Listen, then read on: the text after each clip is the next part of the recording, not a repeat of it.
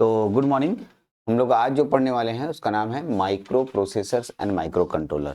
And फिलहाल हम लोग का जो अगर मैं बात करूं तो मैं अभी ये जो मैं वीडियोस में हूं या आपको जो क्लास ले रहा हूं क्लासरूम प्रोग्राम में, ये हम लोगों का है यूनिट नंबर 3, है ना जी? कौन सा? यूनिट नंबर 3, ठीक है। और ये हम लोग हैं 5th सेमेस्टर इलेक्ट्रिकल ब्रांच के लिए, ठीक है। ओके, तो यूनिट नंबर 3 में जो सिलेबस आप लोगों को डाला गया है वो पूरी तरीके से माइक्रो कंट्रोलर का बेसिक है। माइक्रो कंट्रोलर, माइक्रो कंट्रोलर के लिए पढ़ना है, ठीक। माइक्रो कंट्रोलर पढ़ना है तो माइक्रो कंट्रोलर आपके सामने पूरी तरीके से मिलेगा। माइक्रो कंट्रोलर को हम लोग शुरू से पढ़ने जा रहे हैं, हालांकि मैं शुरुआत उससे एक कदम पीछे करूंगा। माइक्रो प्रोसेसर क्या होता है, माइक्रो कंट्रोलर क्या होता है, दोनों के बीच में डिफरेंस क्या है, इन सब चीज़ों को भी पढ़ेंगे क्योंकि वो इंपॉर्टेंट क्वेश्चंस में से हैं। तो हम लोग यूनिट 3 स्टार्ट कर रहे हैं। टॉपिक का नाम है माइक्रो कंट्रोलर, बट एक कदम पीछे थोड़ा सा हम लोग बेसिक जानते हुए तब माइक्रो कंट्रोलर की दुनिया में एंटर करेंगे, ठीक है। तो जिनके लिए भी ये होगा काम का चीज होगा, अगर आपके सिलेबस में माइक्रो कंट्रोलर है तो आप यहाँ से वीडियो सीरीज देख सकते हैं और पूरा अच्छे से आपको समझ में भी आने लगेगा कि क्या चीज है माइक्रो कंट्रोलर।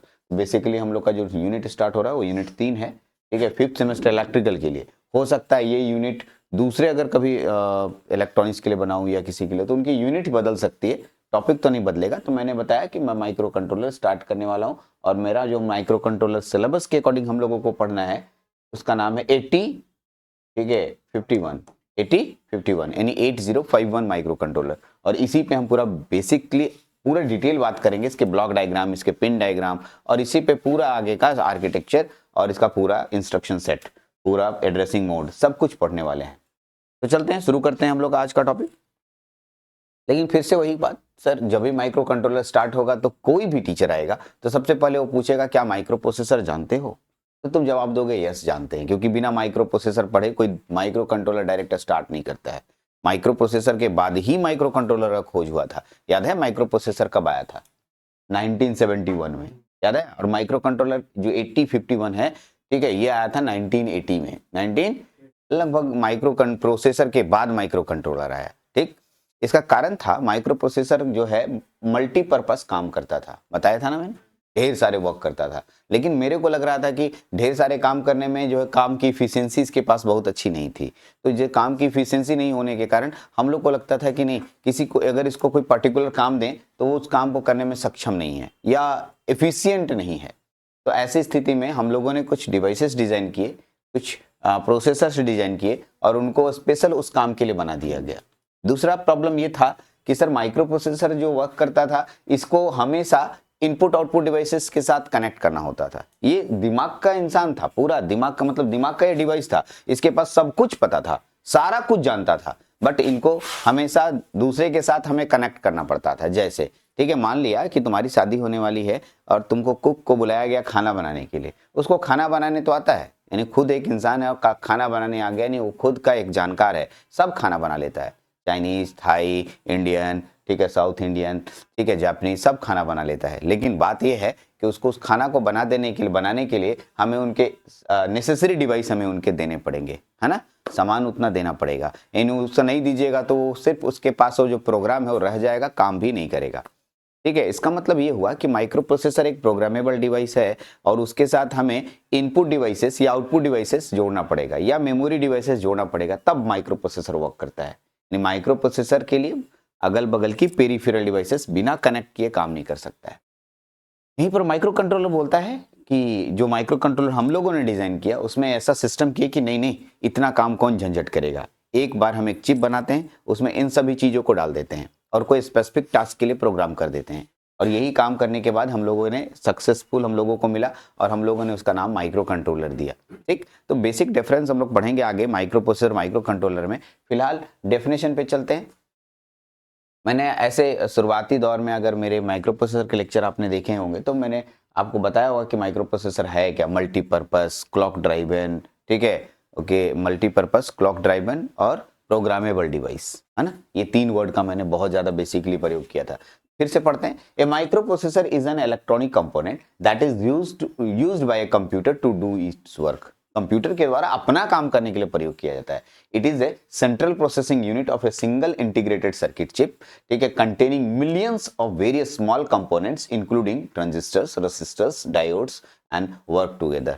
मतलब बच्चे की तरह एक छोटा सा डेफिनेशन लिख दिया गया कि एक छोटा सा इंटीग्रेटेड सर्किट है जिसमें मिलियंस ऑफ डायोड्स होते हैं, रेसिस्टर होते हैं, ट्रांजिस्टर्स होते हैं और ये लोग मिल करके, ठीक है, कोई पर्टिकुलर स्पेसिफिक टास्क करते हैं। ये माइक्रो प्रोसेसर हो गया। आगे इसी में आकर अपना जोड़ सकते हैं, it is a programmable device, clock driven device और मल्टीपर्पज डिवाइस, ठीक है। ये शब्द अपने मन से जोड़। देखिए मैं आपको फिर से बोल रहा हूँ, जब डेफिनेशन जो बनाते हैं वो टीचर्स अपने तरीके से बनाते हैं। अगर आपको लगता है कि आप इससे बेहतर सुंदर बना सकते हैं और बेहतर है, ठीक है, तो इसमें आपको जोड़ दिए 2-3 लाइन और एक्स्ट्रा कर दिए तो कोई गलत नहीं काटता है, ठीक है। तो ये चीजें आप सीखनी पड़ेंगी। अगर आप हायर क्लासेस में हैं तो अपने से बनाने के लिए सीखना है। इसी को तो कहते हैं आपका अपना नोट्स बना, ठीक है। आप अपना जितना सोच बढ़ाएंगे उतना अच्छा नोट्स बनेगा। चलते हैं, ठीक है। आते इसी के बाद तुरंत आता है माइक्रो कंट्रोलर, क्योंकि हमें बेसिकली माइक्रो कंट्रोलर पे ही फोकस करना है, इसलिए micro controller. A micro controller, MCU for a micro controller unit, ठीक है। एमसीयू जहां भी लिखा रहेगा आप समझ जाएंगे माइक्रो कंट्रोलर यूनिट के बारे में बात कर रहे हैं, ठीक है। माइक्रो कंट्रोलर यूनिट के बारे में बात कर रहे हैं। Is a small computer, micro controller एक प्रकार का स्मॉल कंप्यूटर है, इस बात से ही रुक जाइए, ठीक है। स्मॉल कंप्यूटर का मतलब हम समझे नहीं, कंप्यूटर किसे कहते हैं, ठीक है। प्रोसेसर तो एक छोटा सा चिप हुआ जिसमें मिलियंस ऑफ ट्रांजिस्टर्स, डायोड्स होते हैं और उसमें ढेर सारे इंस्ट्रक्शंस होते हैं, ठीक है। उसके साथ अगर हम कीबोर्ड, माउस और मॉनिटर जोड़ दें तब जाकर के हमारा एक कंप्यूटर डिजाइन होता है ना। इसका मतलब प्रोसेसर के साथ इनपुट आउटपुट डिवाइसेस कनेक्ट हो जाएंगे, तब जाकर के हम उसको क्या बोलेंगे, कंप्यूटर। अब माइक्रो कंट्रोलर जब पढ़ने जा रहे हैं तो खुद बोलता है अरे माइक्रो कंट्रोलर एक प्रकार का, ठीक है, कंप्यूटर है, एक प्रकार का। इसका मतलब इसमें पहले से मौजूद है क्या, input output devices, memory devices, ये सारी चीजें या पेरिफेरल डिवाइसेस पहले से मौजूद है, ठीक है। Is a small computer on a single chip, single metal oxide semiconductor integrated circuit chip. इतना सारा लंबा, सिंगल चिप ना लिख करके इतना लंबा चौड़ा नाम लिख दिया गया, ठीक है।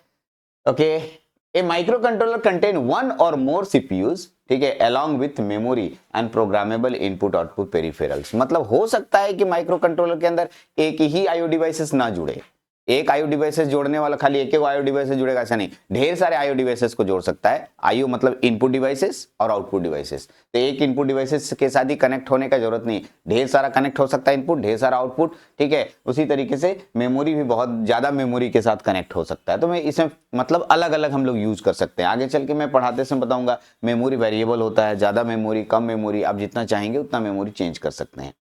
तो हम लोगों ने 2 शब्द पढ़ा, माइक्रो प्रोसेसर और माइक्रो कंट्रोलर। जब भी किसी के सामने ये दोनों शब्द रखिएगा तो ये इस बात की इच्छा जाहिर करेगा कि बताओ भाई बेसिक डिफरेंस क्या है, और ये क्वेश्चन बन जाता है एग्जाम के लिए, और एग्जाम में आता ही है क्वेश्चन।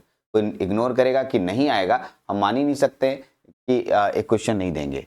अगर एक एग्जामिनर है और अगर वो सिलेबस देख रहा है तो सबसे पहले क्वेश्चन उसके दिमाग में दौड़ेगा कि right the difference between micro processor and micro controller. तो मैं जैसा सोच रहा हूँ या मैं जो भी क्वेश्चन बना रहा होगा उसके दिमाग में हूं, तो मैं जान रहा हूं कि ये क्वेश्चन आपके एग्जाम में आ रहा है, ठीक है। मतलब आप समझदार है, मतलब ये एग्जाम के लिए बहुत ही इंपॉर्टेंट पार्ट है ना जी। इसलिए आप इसको अच्छे से पढ़ सकते हैं, उम्मीद है, ठीक है। भूतनी भूतनी दिख रहा है, भूतनी भूतनी मतलब, हाँ जी समझ गया, समझदार है, बिहार का भाषा समझ रहा है, ठीक है। मतलब छोटा छोटा दिख रहा है। अगर आपको बहुत परेशानी हो रही है तब थोड़ा इसको अपना जो स्क्रीन होगा अपना इलाज कर लीजिएगा। मैं कर रहा हूँ थोड़ा सा, देखते हैं कितना आपका मदद कर पाता हूँ। यहाँ तक करते हैं तो देखते हैं, इधर आ जाओ, थोड़ा और बड़ा हो जाओ, हाँ लास्ट तक कहीं तक बड़ा हो सकता, बस आओ। 2-2 को देखेंगे, 3-3 को, उसके बाद आगे बढ़ते चले जाएंगे। क्या कहते हो? अब यहाँ के बाद तो सब एकदम बड़ा बड़ा दिख रहा होगा। अब यहाँ के बाद तो कोई परेशानी नहीं आनी चाहिए एकदम सर, अब तो एकदम बढ़िया दिख रहा है। चलिए, तो माइक्रो प्रोसेसर और माइक्रो कंट्रोलर के बीच में बेसिक डिफरेंस जान रहे हैं। आप गौर से देखिएगा तो आप ये माइक्रो प्रोसेसर्स के बारे में और ये माइक्रो कंट्रोलर के बारे में, आई थिंक जो जो चीजें माइक्रो कंट्रोलर में हो वही चीज माइक्रो प्रोसेसर में, या ऐसा कह सकते हैं जो जो चीजें माइक्रो प्रोसेसर में वो चीज माइक्रो कंट्रोलर में है, बट उनका आर्किटेक्चर इनके आर्किटेक्चर में अंतर है ना। हाँ सर, मतलब कह रहा है कि सर ये माइक्रो प्रोसेसर है ना, ये देखिए माइक्रो प्रोसेसर दिख रहा है, इनके साथ डिफरेंट डिवाइसेस को तारों के माध्यम से या बस के माध्यम से जोड़ा जाता है। इसके माध्यम से हाँ, तो बस मतलब बताया था मैंने, बहुत अच्छे से आप जानते हैं बस का मतलब एक फिजिकल वायर जिससे मैं एक डिवाइस को दूसरे डिवाइस के साथ कनेक्ट करता हूँ। यस, ये फिजिकल वायर्स अलग दो डिवाइसेस को जोड़ने के लिए, उनके बीच में डिजिटल डेटा का ट्रांसमिशन के लिए प्रयोग किया जाता है। तो यहाँ पर मैं माइक्रो प्रोसेसर के साथ ROM, timer, IO port, serial interface, read write memory, ठीक है, तो इस तरीके के डिवाइसेस को मैं बाहर से कनेक्ट कर रहा हूं ताकि माइक्रो प्रोसेसर को मदद मिले और माइक्रो प्रोसेसर अपना कोई फंक्शनिंग जो भी प्रोग्राम दिया गया होगा काम करने के लिए वो काम कंप्लीट करे। लेकिन माइक्रो कंट्रोलर बोल रहा है भाई उतना सारा तार का जरूरत नहीं है, ठीक है, सबको मेरा परिवार बना दो, हम अपने ही परिवार में अपने साथ एक साथ कनेक्ट करेंगे। मतलब दुनिया नहीं देखेगी कि हम लोग कैसे जुड़े हुए हैं। हाँ जी, हम लोग कैसे जुड़े हुए हैं, अंदर में हम लोग बस के द्वारा ही जुड़े होंगे, बट दुनिया को ये लगेगा कि एक परिवार है, एक चिप है, एक ही चिप में सब लोग बैठे हुए हैं। यहाँ लग रहा है सभी लोग बटे हुए हैं, है ना, ठीक है, बंटवारा किया गया है, साफ साफ दिख रहा है बंटवारा किया गया है, रास्ता उस्ता सब दिख रहा है, ठीक है। कोई भी आदमी देखेगा बोले सर ये तो बंटवारा किया हुआ है, लड़ाई झगड़ा करके बंटवारा कर लिया, लेकिन इसमें ऐसा नहीं लग रहा है। एक बहुत बड़ा बिल्डिंग है जिसमें छोटे छोटे कमरे बने हुए हैं और इसमें आराम से सभी लोग एक साथ दिखाई दे रहे हैं, तो एकदम ठीक है। तो यही आपका सबसे पहला बेसिक डिफरेंस होता है माइक्रो प्रोसेसर माइक्रो कंट्रोलर में, और जो सुनना चाहते हैं एग्जामिनर वो यही सुनना चाहते हैं माइक्रो प्रोसेसर माइक्रो कंट्रोलर के बीच में बेसिक डिफरेंस। ये देखिए माइक्रो प्रोसेसर के पास जो पेरिफेरल डिवाइसेस या आईओ डिवाइसेस होते हैं वो सेपरेट होते हैं, और इसमें जो माइक्रो कंट्रोलर में पेरिफेरल्स एंड आईओ डिवाइसेस होते हैं वो एक साथ एम्बेडेड होते हैं एक ही चिप में। एम्बेडेड शब्द का प्रयोग मतलब गुथे हुए होते हैं एक ही चिप में, ठीक है। आगे बढ़ते हैं, microprocessor is the heart of computer system. Micro processor को कंप्यूटर सिस्टम का हार्ट कहा जाता है, एंड माइक्रो कंट्रोलर या हार्ट ऑफ एम्बेडेड सिस्टम। ये दोनों चीजें अलग अलग है, कंप्यूटर सिस्टम और एम्बेडेड सिस्टम। हम सबसे पहले एक शब्द जानना चाहेंगे, सिस्टम क्या होता है। एनीबडी नो, ठीक है, सिस्टम किसे कहते हैं, सिस्टम क्या है, मैनेजमेंट को कहते हैं, अरेंजमेंट, हाँ ठीक है, ठीक है, ओके। मैं कोई भी सिस्टम का मतलब हो गया सेट ऑफ लॉ, क्या, set of law. Set of law का मतलब ढेर सारे नियमों को एक जगह बना दो, सिस्टम बन जाएगा। और to do a particular task, to do a particular task, वो एक पर्टिकुलर टास्क करता है या पर्टिकुलर टास्क परफॉर्म होने के लिए देता है, उसको हम लोग सिस्टम बोलते हैं। जैसे ठीक है, हम लोग का ट्रैफिक सिस्टम है ना, तो हम लोग एक सिस्टम में लॉ बना लिए, रूल्स ऑफ लॉ, उसमें ढेर सारे सेट ऑफ लॉ है। अरे रोड के बाएं साइड चलना चाहिए, ठीक है, हमेशा गाड़ी बाएं चलाना चाहिए, एग्जैक्टली ये सब सेट ऑफ लॉ है जो कि हम लोग को बता दिया गया है ट्रैफिक रूल्स के अकॉर्डिंग, और उसको हम लोग फॉलो करते हैं तो पूरी दुनिया गाड़ी अच्छे से चला पाती है। नहीं तो तुम जैसे चला ना, हम ना मानने वाले हैं, फिर तो अगला दिन तो होगा ही झगड़ा पगड़ा, ठीक है, फिर मारपीट शुरू कर दोगे तुम।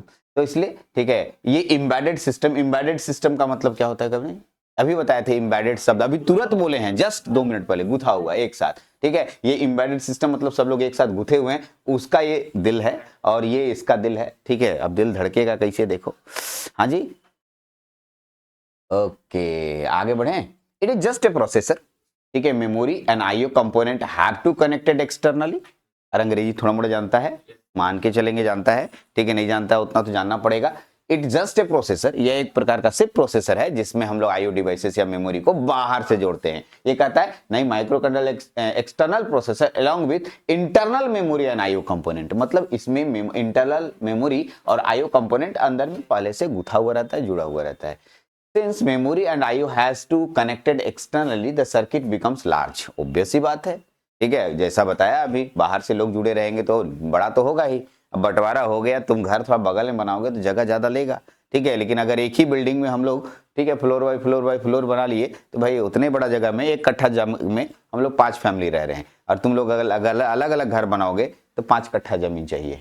हाँ जी, हाँ, इस बात को समझदार हम लोग बिहार के लोग बहुत अच्छा समझते हैं। हाँ हाँ, ठीक है, तो एकदम एग्जैक्टली ठीक है। मेमोरी कहाँ तक थे, memory and external circuit become large, मतलब कहना चाह रहा है कि सर्किट बड़ा होगा। क्यों बड़ा होगा वो भी रीजन दे दिया, since memory and IO present internally the circuit is small, ठीक है, can not be used in the compact system and hence inefficient, मतलब छोटे छोटे कामों के लिए इनका प्रयोग नहीं किया जाएगा। मल्टीपर्पस वर्क है, ढेर सारे चीजें हैं। अगर मैं अभी फायर अलार्म लगाने लगूं, फायर अलार्म, अब यहाँ पर बोला है माइक्रो प्रोसेसर लगाओ, तो लाओ भाई माइक्रो प्रोसेसर बोलेगा हम अकेले नहीं करेंगे, हम कर भी नहीं करेंगे अकेले, काम ही नहीं करने वाले हैं, जो मेरे तब तक मेरा साथी नहीं आएगा। मतलब साथी कौन है? कीबोर्ड लाना है ना, फिर मॉनिटर भी लाओ, नहीं हमको मेमोरी भी जोड़ो। माने हर उनकी उसकी जो नेसेसरी चीज है उनको हमको उनके साथ जोड़ना पड़ेगा। छोटे काम के लिए भी उन सबको जरूरत पड़ेगा, बड़े काम के लिए भी जरूरत पड़ेगा। तो इन दैट केस ये हर जगह इनइफिशिएंट है, मतलब इफिशिएंट नहीं है, ठीक, मतलब उतना प्रभावकारी नहीं है। ठीक है, तुम खुद बोलोगे जितना का मुन्ना नहीं उतना का झुनझुन्ना। अरे कहावत सुना है जी, मतलब क्या? हाँ, उसको बोलते हैं, फिल्म आई थी ना आमदनी अठन्नी खर्चा। हाँ, ये एकदम एग्जैक्टली समझ में आ गया होगा। ठीक है, आमदनी अठन्नी हो रही है और खर्चा रुपया करने जाओगे तो फिर तो लूट जाओगे, बन तो जाएगा ही। ठीक है, अब तुम बोलोगे नहीं सर हम चलते मुंबई, एक कप चाय पी के आते हैं, क्या कहते हो? हाँ, मुंबई जाइए, चाय एक कप चाय पी के आइए, पता चला कि सर 10,000 रुपया चाय पीने में लग गया। ठीक है, टाइम तो खर्च हुआ ही। आइए, can be use in the compact system and hence it is an efficient technique. Okay, compact system में यूज होता है और एक ही चिप में रहने की वजह से बस चिप लाया, लगा दिया, काम हो गया सर, टेंशन खत्म, सब कुछ उसके पास है, वो कर लेगा काम। ठीक है, cost of the entire system increases. जगह बढ़ा, पैसा बढ़ेगा ही, अभी तो समझा रहे थे। ठीक है, पैसा कैसे बढ़ेगा? अलग अलग डिवाइसेस सेपरेटली खरीदोगे तो ज्यादा बढ़ेगा। जब एम्बेडेड सिस्टम हम लोग पढ़ते हैं, मतलब जब हम लोग एक चिप आईसी पढ़ते हैं, तो एक बार मैन्युफैक्चरर पहले से ही डिसाइड कर लेता है कि इसके अंदर क्या क्या डालना है, तो बस उतना ही मैन्युफैक्चरर का कॉस्ट उतनी है। अब देखिए माइक्रो प्रोसेसर बन रहा है, उसमें भी वो कंपोनेंट को अटैच कर रहा होगा, और माइक्रो कंट्रोलर बन रहा है, उसमें भी कंपोनेंट को अटैच कर रहा होगा। तो कंपोनेंट को अटैच करने में, ठीक है, हो सकता है माइक्रो कंट्रोलर में ज्यादा कंपोनेंट अटैच करे, इसका मतलब ये नहीं, बहुत माइनर कॉस्ट में डिफरेंस आएगा, क्योंकि दोनों में अटैच करने में बहुत माइनर डिफरेंस आएगा। ठीक है, तो अटैच तो दोनों में हो रहा है, आईसी दोनों है, ठीक है, दोनों आईसी के फॉर्मेट में है, तो दोनों में अंतर बहुत कम। लेकिन जब माइक्रो कंट्रोलर बन के निकलेगा तो बोलेगा मैं सब कुछ लेके आया हूं अपने साथ, मतलब मैं वन मैन आर्मी हूं, मेरे पास आईओ डिवाइसेस है, मेरे पास मेमोरी है, मेरे पास पेरिफेरल डिवाइसेस कनेक्शन करने के लिए सब कुछ मैं कर सकता हूं। लेकिन माइक्रो प्रोसेसर बोलेगा नहीं, हमारे पास सिर्फ प्रोग्राम है, मेरे को सबको जोड़ना पड़ेगा तब मैं काम करूंगा। इसलिए बोलता है कॉस्ट जो है इंटायर सिस्टम का बढ़ जाएगा बाकी कंपोनेंट जोड़ने की वजह से। चलिए, बाकी cost of the entire system ही लो। ठीक, उम्मीद है धीरे धीरे समझ आ रहा होगा और आप एग्जाम में अच्छे से लिख पाएंगे। ठीक है, और एकदम इसको अगर छोड़ के आते हैं तो मैं बोलूंगा अपना माथा हम खुद फोड़ेंगे, आपको फोड़ने की जरूरत नहीं है। ठीक है, हम बेवकूफ की तरह बता रहे हैं। ठीक है, आइए बढ़िए। Due to the external component entire power consumption is high. आइए, ऑब्वियस सी बात है, सबके घर में, तो अभी तो बता रहे थे 5 कट्ठा में 5 घर बनाएगा तो लड़ झगड़ के पांचों अपना अपना बिजली बिल खर्चा करेगा। हाँ जी, बिजली बिल बढ़ जाएगा, ऑब्वियस सी बात है। ठीक है, मतलब अलग अलग कंपोनेंट सेपरेटली पावर खर्च करने के लिए तैयार है। लेकिन अगर मैं एक चिप यूज करता हूं तो एक चिप एनर्जी इफिशिएंट होता है, ऐसा नहीं कि उसे बिजली खर्च नहीं होने वाला होगा, बट एनर्जी एफिशिएंट होगा। एक ही बस से सारा काम हो रहा है, एक ही बस से सभी लोग काम कर रहे हैं, ठीक है, एक ही सिस्टम में है, इसलिए एनर्जी इफिशिएंट होगा, मतलब इससे कम एनर्जी माइक्रो कंट्रोलर में खर्च होगा, पावर कंजम्पशन कम होगा। Hence it is not suitable used with devices running on shorted power like batteries. छोटे हाँ, स्टोर्ड पावर, ठीक है, लाइक बैटरी, ठीक है, running on the stored power. हाँ, स्टोर्ड पावर लाइक बैटरीज मतलब नहीं समझे हम भी, यहाँ पर देख लेते हैं क्या वर्ड है। Hence it is not suitable used with the devices running on stored power like battery, जहाँ हाँ संभव नहीं है। हाँ, ज्यादा एनर्जी कंजम्पशन है तो एक छोटी बैटरी से हम अगर चाहें कि काम चला लें, नहीं चलेगा। Yes, correct. ठीक है, इसके लिए हमें एक्सटर्नल पावर देना ही पड़ेगा। हाँ, since external component are low total power consumption is less and hence we use the devices running on the, जैसे अभी तो बताए थे, अभी एक एग्जांपल दिए हम लोग, हम स्मोक अलार्म लगाना चाहते हैं, क्या? हाँ, छोटा सा डिवाइस है जी, रूम में लगा दिए, यहाँ पर छतवा में से लगा रहता है, बस गलती से स्मोक आया, स्मोक कब आएगा? या तो तुम सिगरेट पिएगा तो, हाँ जी, सिगरेट पिएगा तो नहीं, उसके लिए नहीं होता स्मोक अलार्म। मान लिया गलती से तुम आग लग गया, ठीक है, तो आग लग गया तो फिर तुम नहीं हो रूम में, तब क्या होगा? आग तो लग जाएगा। लेकिन थोड़ा भी स्मोक उसके पास गया, डिटेक्ट किया, टें टें टें टें टें आवाज आने लगेगा, तुम समझ जाओगे कि भाई कहीं ना कहीं आग लगाए, चलो जल्दी जाते हैं, और तुमको बचा लेगा, एकदम तुम उसको बचा लोगे। ठीक, तो एकदम छोटे कामों के लिए हम लोग इसको नहीं यूज कर सकते हैं, बड़े कामों के लिए, क्योंकि वहाँ कम पावर, छोटी बैटरी लगाएंगे, ठीक है, छोटा सा कंपोनेंट है तो उतना बैटरी से वो काम करने वाला है नहीं, तो ये बोलेगा ठीक है माइक्रो कंट्रोलर को ही लगा दो, कम पावर खर्च करता है। आगे बढ़ते हैं, यहां से बढ़ते हैं next. Most of the micro processor do not have power saving features. Yes, आपको मैं माइक्रो कंट्रोलर पढ़ाते समय, ठीक है, power down mode, power saving mode पढ़ाऊंगा। पीकॉन एक शब्द आएगा, खैर ये पहली बार सुनने को एक शब्द आया पीकॉन, ये नया नया क्या शब्द है। तो ऐसे बहुत सारे शब्दों से अभी पाला पड़ने वाला है, ठीक है। तो मैं अभी आपको कह सकता हूं कि माइक्रो प्रोसेसर के पास पावर सेव करने की अपनी कोई स्ट्रैटेजी नहीं है। अरे मेरा मोबाइल में है जी, देखो जब तुम मोबाइल यूज करते हो, आजकल का मोबाइल ये भी माइक्रो प्रोसेसर है, पहले नहीं हुआ करता था लेकिन अब हो गया है। अब क्या हुआ कि मान लो तुम्हारा मोबाइल बैटरी डिक्रीज होते होते होते होते 20% आ गया जी, तो वहां से एक मैसेज आता है, तुमको अलर्ट करता है, भाई कहाँ हो, 20% बैटरी हो गया है, पावर डाउन मोड में ले आओ। पावर, हाँ पावर सेविंग मोड बोलते हैं ना, हाँ पावर डाउन मोड में ले आओ, ठीक है। तुम बोले ना ना रहने दो, डिक्रीज होगा होगा, हम घर में जाके चार्ज कर लेंगे। नहीं, अगर घर दूर है तो तुम पावर डाउन मोड में रख लेते हो क्योंकि लंबे दूरी तक ले जाना है, ठीक। तो ये माइक्रो प्रोसेसर में, पहले वाले माइक्रो प्रोसेसर में ऐसी सुविधा नहीं थी, ठीक है। अब लेकिन जिस समय ये माइक्रो कंट्रोलर बन रहा है था, उस समय तक पावर डाउन मोड हम लोग डाले हैं, और हम लोग इस माइक्रो कंट्रोलर में पावर डाउन मोड को हम आपको स्टडी कराएंगे, ठीक है। तो आने वाले समय में आएगा पीकॉन, ठीक है, ध्यान दीजिएगा, पीकॉन हम पढ़ाएंगे। पीकॉन पावर कंट्रोल, उसका शब्द पीकॉन, क्या बोला, पावर कंट्रोल। तो अभी तुरंत नहीं मिलेगा, 3-4 क्लासेस में मैं आपको मिलवाऊंगा, उनसे मिलवाएंगे, उसमें आप देखिएगा हाँ सर इसके बारे में आपने बोला था सब। तो खैर ठीक है, power control, power controlling strategy micro processor के पास पॉसिबल नहीं है, इसके पास पॉसिबल है। आगे बढ़े, अरे कुछ कहते हो।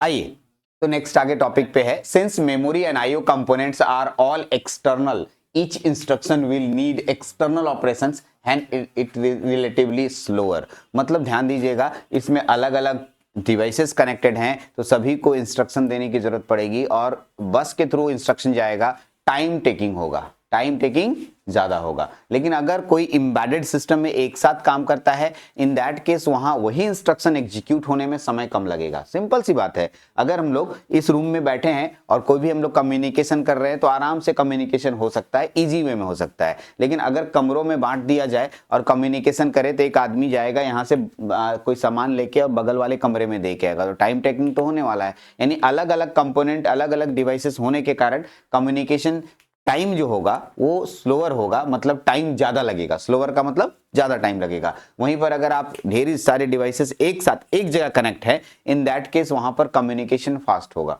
ठीक है। हमें किसी चीज का वेट नहीं करना होगा, किसी बस का भी वेट नहीं करना होगा, क्योंकि सभी एक ही सिस्टम में, एक ही परिवार में बने हुए हैं। सिंस कंपोनेंट आर इंटरनल, मतलब सारे कंपोनेंट एक साथ अंदर में जुड़े हुए हैं, most of the operation are internal, सारे काम अंदर में ही होंगे, ठीक है, इंटरनल इंस्ट्रक्शन से होंगे, hence its speed is fast, ये थोड़ा फास्ट काम करेगा। तो हम लोग देख रहे हैं हर एक मामलों में, ठीक है, माइक्रो कंट्रोलर भारी पड़ रहा है माइक्रो प्रोसेसर से, लग रहा है ना।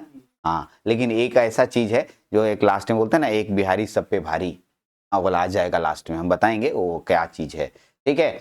ओके, नेक्स्ट सेकंड पर, microprocessor have less number of registers, hence more operations are more memory based, ठीक है। इसके पास कम नंबर ऑफ मेमोरी होते हैं, ठीक है, less number of registers hence more operations. देखिए, लेस नंबर ऑफ रजिस्टर्स मतलब इसके पास मेमोरी घटा हुआ रहता है, कम रजिस्टर्स मेमोरी को कहते हैं, जगह कम है, ठीक है, इसलिए हमें बाहर से मेमोरी जोड़ना पड़ता है। भाई जोड़ो, तुम बिना नहीं जोड़ोगे तो एक्स्ट्रा डेटा कहाँ स्टोर करोगे। लेकिन इसके पास, मेरे पास अभी आपको पढ़ाना शुरू करेंगे 8051, तो देखिएगा उसमें मेमोरी ही दिखेगा आपको किलो बाइट में, कितना, किलो बाइट से भी ऊपर, ठीक है। ओके, बहुत ज्यादा किलोबाइट मिलेगा, 128 किलोबाइट के आसपास मिलेगा, ठीक है। Microcontroller more number of register, hence programs are easier to write, आसानी से लिख सकते हैं, स्टोर कर सकते हैं।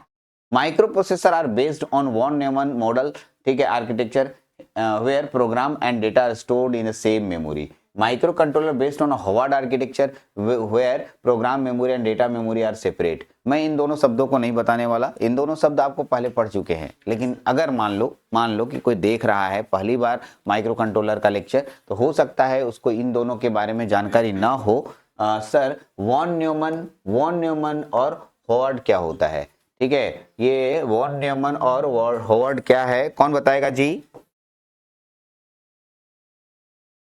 वॉन न्यूमन और यहाँ पर एक शब्द कौन है, हार्वर्ड।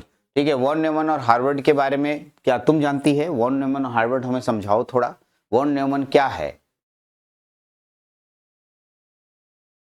अच्छा, प्रोग्राम और डाटा अलग अलग होता है। अच्छा, और हार्वर्ड में क्या होता है? सेम में होता है। मतलब ऐसा कह रही है कि वॉन न्यूमन में देखो प्रोग्राम और डाटा एक के साथ होगा, ये प्रोग्राम हो गया, ये डाटा हो गया, है ना जी। और हार्वर्ड में तुम कह रही है नहीं सर, इधर एक होगा इधर होगा, ये प्रोग्राम हो गया और ये डाटा हो गया, ऐसे ही ना? हाँ, सही है ना? उल्टा बोलती ना। अरे तो इसलिए तो बोले तुमको, तुम बोल रही तो हम कोई समझे नहीं हम। ऐसा नहीं होता है। एग्जैक्टली हम लोग के पास माइक्रो प्रोसेसर्स के पास प्रोग्राम मेमोरी और डाटा मेमोरी दोनों मेमोरी अवेलेबल है। प्रोग्राम मेमोरी में प्रोग्राम स्टोर होता है, डाटा मेमोरी में डाटा स्टोर होता है। ये आगे चल के मैं बहुत डिटेल पढ़ाने वाला हूँ प्रोग्राम मेमोरी और डाटा मेमोरी को। जब मैं प्रोग्राम मेमोरी और डेटा मेमोरी को डिटेल पढ़ाऊंगा उस समय इन दोनों के बारे में स्पेशल बताऊंगा भी। लेकिन फिलहाल हमें पता है कि किसी भी माइक्रो प्रोसेसर या माइक्रो कंट्रोलर में प्रोग्राम मेमोरी और डेटा मेमोरी का होना अनिवार्य है, उसके बिना काम नहीं चलेगा। तो ठीक है, वॉन न्यूमन कहता है नहीं नहीं, प्रोग्राम मेमोरी और डाटा मेमोरी को अलग अलग रखो, अलग अलग रखो, मिलाओ मत, दोनों अलग अलग रखो। डेटा स्टोर होगा प्रोग्राम और डेटा में। लेकिन ये कहता है, ठीक है, हार्वर्ड कहता है कि नहीं नहीं, प्रोग्राम और डेटा मेमोरी को एक साथ रखो। ठीक है, एक ही बस से हम काम चलाएंगे, बार बार हम बस नहीं बदलेंगे। इसमें ना दो अलग अलग डिवाइसेस करने, इसमें अलग तार लो जी, इसमें अलग तार लो, तो कॉम्प्लिकेटेड हो गया, जाल बिछ जाएगा जी। अरे दो तार तो ही दिख गया, सिर्फ इसी का तार नहीं होगा, और भी बहुत सारे कंपोनेंट का तार होगा, मैंने बस होगा, तो उसके लिए बहुत ज्यादा कॉम्प्लिकेटेड हो जाता है। इसी वजह से ऊपर पढ़े भी थे कि माइक्रो प्रोसेसर का जो आर्किटेक्चर होता है वो कॉम्प्लिकेटेड होता है। क्या होता है? क्योंकि उसके ढेर सारे कंपोनेंट आपस में जुड़े होते हैं। लेकिन ठीक है, माइक्रो कंट्रोलर के साथ बोलता है प्रोग्राम और डेटा मेमोरी साथ साथ होगा, तो बस एक ही सिंगल बस से काम चल जाएगा। अरे हाँ जी, हाँ या ना? हाँ सही बता रहे हैं ना हम? तुम बताओ, हमको हम जानते नहीं, हम खाली बस ऐसे ही रटे हुए हैं फालतू का करते हो। हाँ सही बता रहे हैं, अभी भी कॉन्फिडेंस में नहीं है। सही है ना? हाँ तो बोलो कॉन्फिडेंस, बोलो एकदम सही है सर आप। ठीक है, एकदम दोनों सही है। चलिए प्रोग्राम में, हाँ देखो क्या लिखा, पढ़ो। Von Neumann model architecture where program memory and data memory are stored in a same memory module. ठीक है, हाँ, और इसमें हम ही गलत बता रहे हैं क्या जी? ठीक है, हम ही सही बताए हैं। हाँ देखो, अब देखो यहाँ पर और बात आ गया। लड़ाई झगड़ा होने के बाद एहसास हुआ कि नहीं, जो लड़की बोल रही थी वो सही बोल रही थी, भारती सर ही गलत बोल रहे थे। एकदम सही है। ठीक है, क्या बात हो रही थी? तो यहाँ साफ साफ लिखा है, एकदम सही सही लिखा है। इस बात को पढ़ेंगे एक बार। Von Neumann model architecture where program and data is stored in a same memory. मतलब ये कहता है, ठीक है, सेम मेमोरी में स्ट्रक्चर होना चाहिए। ठीक है, और ये बोलता है सेपरेट होना चाहिए ताकि प्रोग्राम को थोड़ा फास्ट करे। कॉम्प्लिकेटेड हम बोल दिए थे, तो कॉम्प्लिकेटेड अनदर कंपोनेंट की वजह से कॉम्प्लिकेटेड हो रहा था। यहाँ पर प्रोग्राम मेमोरी और डेटा मेमोरी को एक साथ रखना है। और ये हमारा माइक्रो प्रोसेसर वॉन न्यूमन पे काम करता है, हमारा माइक्रो कंट्रोलर हार्वर्ड आर्किटेक्चर पे काम करता है। तो इंपॉर्टेंट रखिएगा, इसमें प्रोग्राम मेमोरी डेटा मेमोरी को हम, ठीक है, क्या रखेंगे? सेपरेट रखेंगे और अलग अलग वायर्स के थ्रू करेंगे ताकि फास्ट कम्युनिकेशन हो पाए। इसमें फास्ट कम्युनिकेशन नहीं हो पाएगा क्योंकि एक ही वायर से दोनों काम है। अगर डेटा जा रहा होगा तो प्रोग्राम वायर रुकेगा, और प्रोग्राम जा रहा होगा तो डेटा नहीं जाएगा, क्योंकि एक ही बस है। इन दैट केस हम लोग, ठीक है, माइक्रो कंट्रोलर को फास्ट कम्युनिकेशन के लिए ज्यादा यूज करते हैं। लास्ट है mainly use in a personal computer. कब पीसी में यूज होता है, कहाँ यूज होता है? हाँ सब जगह, सब जानता है, मोबाइल फोन और भी टैब सबके पास, सब यूज करता है। और it is mainly washing machine, MP3 press, मतलब कोई स्पेसिफिक टास्क करने वाला, जो छोटा छोटा काम स्पेसिफिक टास्क करने वाला होगा वहां पर माइक्रो कंट्रोलर होगा। बड़े बड़े कामों की अगर बात करें तो ट्रैफिक कंट्रोलर, अरे हाँ जी, ठीक है, वेदर, मतलब वेदर फोरकास्टिंग, क्या, हाँ उसके लिए तब सुपर कंप्यूटर में चले जाते हैं हम लोग। ठीक है, वो छोटा मोटा काम नहीं है। जनसंख्या गिनने के, हाँ वो सब पढ़ाए थे जब जनसंख्या, जो जनसंख्या काउंट करने के लिए सुपर कंप्यूटर, हाँ जी, उसके बाद मेन फ्रेम कंप्यूटर, इस तरह से अलग अलग साइजेस हैं अलग अलग काम के। ठीक है, तो लेकिन हमें अगर एक छोटा काम करना है, पर्टिकुलर एक एरिया के लिए काम करना है और उसी के लिए काम करना है, मान लिया कि मैं अभी इस पूरे राजीव नगर एरिया में मैं चाहता हूं कि मैं लोगों के मोबाइल को कंट्रोल करूं। ठीक है, सिर्फ मोबाइल को कंट्रोल करूं, नथिंग और कोई काम हमें करना है। मोबाइल का नेटवर्क मेरे को हैक करना है, जाम करना है, इन दैट केस हमें माइक्रो कंट्रोलर डिवाइसेस का यूज करना होगा। मतलब हैकर जो बनाएंगे वो किससे बनाएंगे? माइक्रो कंट्रोलर से। ठीक है, तो पर्टिकुलरली, ठीक है, हाँ चलिए जी, तो हम लोग क्या बात कर रहे थे? ठीक है, पर्सनल, तुमने बोला कि जो हम लोग मोबाइल यूज करते हैं ये माइक्रो कंट्रोलर है, इसमें सब तो एक के गो में है। अरे नहीं, ये कोची किया जानती है, मोबाइल जो तुम्हारा अलग अलग डिवाइस हुआ है उसको सबको जोड़ के एकदम कुछ दिया, ऐसे ऐसे दबा दिया है। कपड़ा जैसे बैग में रखती है ना, तो उसमें अब ढीला ढीला रखेगी तो बड़ा रहेगा, लेकिन अगर तुम उसको अच्छा से मशीनवा से दाब देगी तो पतला सा हो जाएगा ना। एग्जैक्टली ऐसे ही चीज है। देखो ऊपर में डिस्प्ले है, ये है आउटपुट डिवाइसेस, है ना, क्योंकि ये टच सिस्टम पे काम कर रहा है, इसलिए टच वाला सिस्टम आपका हो गया इनपुट डिवाइसेस, वो भी कीपैड हो गया। ठीक, इसको खोलेगी तो इसी में मेमोरी मिलेगा, रैम रोम क्या मिलेगा, वो बाहर से जुड़ा हुआ है। ठीक है, इसी में कैमरा बाहर से जुड़ा हुआ आउटपुट डिवाइसेस है। तो ये सारे डिवाइसेस इसमें अटैच्ड ऐसे किए गए हैं कि तुम्हारा ये हाथ में हैंडी बन गया है। हैंडी समझते हो, हाथ में पकड़ के चल सकते हैं, इसीलिए ये माइक्रो प्रोसेसर सिस्टम पे वर्क कर रहा है। करेक्ट, ठीक है, नॉट। हाँ, माइक्रो कंट्रोलर कैसे रहता है तुमको दिखाते हैं। नहीं नहीं नहीं, तुमको दिखा तो रहे, रुको ना। माइक्रो कंट्रोलर यहाँ पर मेरे पास तो अवेलेबल नहीं है, माइक्रो कंट्रोलर तुमको दिखा रहे हैं, यहाँ पर नहीं है। हाँ हाँ, ये कैमरा देख लो, ये कैमरा माइक्रो कंट्रोलर सिस्टम है जो कैमरे को सिर्फ सेंस कर रहा है, कैमरे को ही कंट्रोल करने के लिए है उसमें, और कोई दूसरा काम नहीं है। वो तो डिवाइसेस इंफ्रारेड यूज कर रहा है, तो क्योंकि ये इसको समझ रहा है, इंफ्रारेड पे वर्क कर रहा है। वो तो बाहर से हम एक्सटर्नल डिवाइसेस जोड़े कहाँ, इसको नहीं भी रहेंगे तो काम करेगा। ठीक है, ऐसा नहीं कि वो काम नहीं करना चाहता, उसके पास अपना input devices output devices available है। मतलब बहुत सारे ऐसे सिस्टम है छोटे छोटे कामों के लिए, जैसे वॉशिंग मशीन में जाओ, तुम कोई तार वार खाली लाइन जोड़ती है, कोई और ऐसा उसमें डिवाइस जोड़ती है, मेमोरी वगैरह नहीं ना, सारा सिस्टम उसमें अटैच्ड है और एक चिप से सारा काम होता है। ठीक, जब भी तुम लोग सब खोल के देखी नहीं तो हम कैसे आपको एग्जांपल बताएं। तो ये माइक्रोवेव ओवन, ठीक है, तो ये सिर्फ एक चिप में सारा काम है, प्रोग्राम भी है, आईओ डिवाइसेस भी, सब कुछ उसमें है। ठीक है, और सब कुछ उसी के अनुसार से काम करता है, एक चिप पे सब वर्क करने लगता है। खैर, अभी जानकारी के लिए इतना रखिए कि जो पर्सनल कंप्यूटर्स या हमारे मोबाइल फोन्स, टैब्स, या फिर हमारे पास जो सामने में डिजिटल बोर्ड दिख रहा है, ये सभी की माइक्रो प्रोसेसर के एग्जाम्पल है। छोटे छोटे काम, जैसे हम लोग traffic light control, dancing LEDs, या फिर हम लोग बात करें तो वॉशिंग मशीन, माइक्रोवेव ओवन, ठीक है, ओके, ये माइक्रो कंट्रोलर्स के अंतर्गत आ जाते हैं। चलिए, तो फिलहाल लिखा होगा देखो ना, MP3 प्लेयर्स, मशीन्स, किसी पर्टिकुलर काम के लिए होता है बस, और कुछ नहीं। ठीक है, चलिए, तो यहाँ पर हम लोगों ने जो सीखा वो है माइक्रो प्रोसेसर्स और माइक्रो कंट्रोलर के बीच में बेसिक डिफरेंस। और बाबू, मैं आपको एक बात हिदायत कर दिया कि अगर आप इसको याद नहीं करते हैं, एग्जाम में आता है और नहीं लिख पाते हैं, तो ये मेरी गलती होगी, आपकी गलती नहीं होगी, क्योंकि इतने अच्छे से समझाने के बाद भी अगर आप नहीं लिख पा रहे हैं तो ठीक है, मेरे में कहीं ना कहीं प्रॉब्लम है, मैं आपको समझा नहीं पा रहा हूँ। ठीक है, और लिख पा रहे हैं तो गुड, वेरी गुड, बहुत अच्छी बात है, आप लिख पाएंगे, मैं ऐसा उम्मीद करता हूँ। चलते हैं, तो यहाँ तक के बाद नेक्स्ट टॉपिक पे चलते हैं। अब आते हैं, ठीक है, इंटेल 8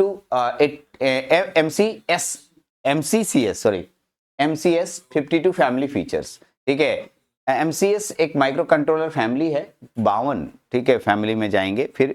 ठीक है, 51 फैमिली भी हमारे पास है, बहुत सारी फैमिली बनी थी, मतलब शर्मा परिवार, गुप्ता परिवार, ठीक है, हाँ जी, सिंह परिवार बहुत बोलते हो ना, एग्जैक्टली वो परिवार यहाँ है। 52 फैमिली का मतलब लास्ट में 52 52 52 52 लगा होगा, 51 मतलब सबके लास्ट में 51 51 लगा होगा, तो वो एक माइक्रो कंट्रोलर उस फैमिली से बिलोंग्स करता है। सभी के वर्जन्स अलग अलग होंगे, सभी के काम करने की प्रोसेसिंग स्पीड या उसके फीचर्स के अकॉर्डिंग अलग अलग चीज़ें दिखाई देंगी। चलिए, थोड़ा बड़ा दिख रहा है, हमको लग रहा है बीच में थोड़ा कट रहा है, अब नहीं कटेगा, अब चलिए, अब नहीं कटना चाहिए। चलिए, तो बेसिकली हम लोग क्योंकि माइक्रो कंट्रोलर के एकदम बेसिक्स पे हैं, तो हम लोग पढ़ लेते हैं। The Intel MCS 51 family also known as the 8051। अच्छा, 52 लिखा गया, 51 के बारे में लिख रहे हैं, देखो तो ठीक से एक बार। ठीक है, पहले तो एक करेक्शन करते हैं, हम लोग यहाँ पर रुकते हैं, थोड़ा करेक्शन ये करते हैं कि MCS 52 नहीं है, MCS 51 है। ठीक है, एग्जैक्टली 52 टाइप हो गया है, तो आप 52 पर ना जाएं, 51 पे जाएं, क्योंकि आगे जितना एक्सप्लेनेशन लोग ले रहे हैं वो 51 फैमिली है। तो पहले 51 फैमिली, क्योंकि हमें 51 पे ही ज्यादा ध्यान देना है, 8051 हमें पढ़ना है, इसलिए आप 51 समझेंगे। यानी आप यहाँ थोड़ा करेक्ट कर लें, जो भी वीडियोज देख रहे हैं उनसे पहले मेरा निवेदन होगा ठीक है, कि आप अपना कॉपी या नोट्स बनाएंगे वहां पर यहाँ पर 51 कर लेंगे, है ना जी, यहाँ पर क्या कर लेंगे 51, ठीक है, इस तरीके से 51 कर लेंगे। अब आपको नजर भी नहीं आ रहा होगा कि ये 52 है, बहुत अच्छे से समझ में आ रहा होगा कि ये 51 है, ठीक है, यस, ठीक है, बहुत अच्छे से दिख रहा होगा। जब तक ये क्लास चल रहा है तब तक ये 51 दिखेगा आपको। चलिए सर, 51 फैमिली आपको नजर आने लगा, ठीक है। इंटेल MCS 51 फैमिली फीचर्स के बारे में पढ़ने वाले हैं। चलिए थोड़ा ध्यान देते हैं ये सब क्या चीज है। तो the Intel MCS 51 family also known as the 8051 microcontroller family, इसे माइक्रो कंट्रोलर फैमिली इसलिए कहते हैं क्योंकि माइक्रो कंट्रोलर की शुरुआत इसी फैमिली से हुई थी और इंटेल कंपनी के द्वारा सबसे पहला माइक्रो कंट्रोलर बनाया गया था 8051, इसीलिए शुरुआत इसी से हुई, तो इसी को हम लोग फैमिली बना दिए। इसके बाद और भी माइक्रो कंट्रोलर ढेर सारे कंपनी ने निकाले और ढेर सारे मतलब ये अगर इंटेल कंपनी ने बोले तो और अलग अलग नामों के निकाले, तो इसलिए 8051 फैमिली जो है एक अलग मतलब फैमिली बनते चला गया सबसे पहला माइक्रो कंट्रोलर होने के कारण। आगे बढ़ते हैं। It is a popular and widely used series of microcontroller developed by Intel in 1980s। साफ साफ लिखा है 1980 में इंटेल कंपनी ने इसके ढेर सारी सीरीज डेवलप की थी। These microcontroller have since become a standard in industry and were still widely used today। मतलब ये खासकर इंडस्ट्रियल एप्लीकेशंस वाले डिवाइसेस में ढेर सारी यूज, इंडस्ट्रियल एप्लीकेशन मतलब हम लोग औद्योगिक उपयोग के लिए करते हैं और स्टिल मतलब अभी तक इसका उपयोग होता है। यदि आप अभी अगर कॉलेज वगैरह में मिनी प्रोजेक्ट्स आपको देते हैं सर लोग करने के लिए तो मोस्टली ठीक है 8051 का प्रयोग हो जाता है। लेकिन फिलहाल हम लोग ग्रोइंग स्टेज में हैं। मैं जिस दुनिया में था 2006 में मैंने बीटेक में एंट्री लिया था, तो उस समय उस समय जो है 8051 महान माना जाता था। 805 से अगर आपने प्रोजेक्ट 8051 से किया है तो बोलते थे ये टू गुड, बहुत अच्छा आपने प्रोग्राम किया है या बहुत अच्छा आपने आपका जो प्रोजेक्ट किया है बहुत अच्छा प्रोजेक्ट बोलते थे। लेकिन आजकल की दुनिया ग्रोइंग स्टेज में और हम लोग आ चुके हैं IT, IIIT या फिर इंडस्ट्रियल ऑटोमेशन या ठीक है हम लोग बहुत ही ज़्यादा आगे बढ़ चुके हैं इन सब दुनिया में, ठीक है। हम लोग चैट GPT में आ चुके हैं, ठीक है। हम लोग थोड़ा मतलब इमेजिनेशन की दुनिया में इंटर कर चुके हैं। इमेजिनेशन का मतलब आप क्या सोच रहे हैं वो मतलब डिवाइसेस को पता है कि आप क्या सोच रहे हैं, करेक्ट, ठीक है। ऐसा आ चुका है, पता है आपको। अगर आप मान लिया कि आज जूता सर्च कर रहे हैं ना, तो कल से आपके कुछ खोलिएगा नेट वाला तो उसके बगल में जूतवे दिखाई देगा आपको, है ना।